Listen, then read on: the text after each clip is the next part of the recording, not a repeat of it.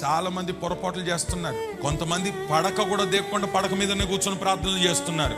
దిగు, పడక దిగు. బెడ్ మీద కాదు ప్రార్థన చేయాల్సింది, బెడ్ మీద కాదు మోకరించాల్సింది. దిగు, పడక దిగు. ప్రార్థన, స్తుతి, ఈ రెండు మనల్ని బలపరచగలిగినది. ఎవరి ఇంట్లో ప్రార్థన ఉంటే వాళ్ళు బలపరచబడతారు. ఎవరి నోట స్తుతి ఉంటే వారు బలపరచబడతారు. ఎవరి గృహంలో ప్రార్థన ఉంటే ఆ గృహాలు దీవించబడతాయి. ప్రార్థన నీ ఇంట్లో ఉంటే, ప్రార్థన గోపురం నీ ఇంట్లో ఉంటే, ప్రార్థన జీవితం నీ ఇంట్లో ఉంటే, ప్రార్థన అనుభవం నీ ఇంట్లో ఉంటే శత్రువు నీ ఇంటి మీద దాడి చేస్తాడా? ప్రార్థన ఉంటే బలహీనరాలు అవుతావా?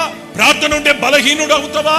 అవో, ప్రార్థన ఎక్కడ ఉంటుందో అక్కడ నువ్వు బలవంతుడుగా ఉంటావు. ప్రార్థన ఏ గృహంలో ఉన్నా ఆ గృహము ఓడిపోదు. నీ పిల్లల్ని పొద్దున్న లేచి ముద్దాడొద్దు, మోకరింపచే. నీ పిల్లలు మోకాల మీద ఉంటే దేవుడే నీ పిల్లల విషయంలో జోక్యము చేసుకుంటాడు. ఏ ఇంట్లో ప్రార్థన, ఏ ఇంట్లో స్తుతి ఉంటుందో ఆ రెండు ఉన్న ఇల్లు బలపరచబడుతుంది.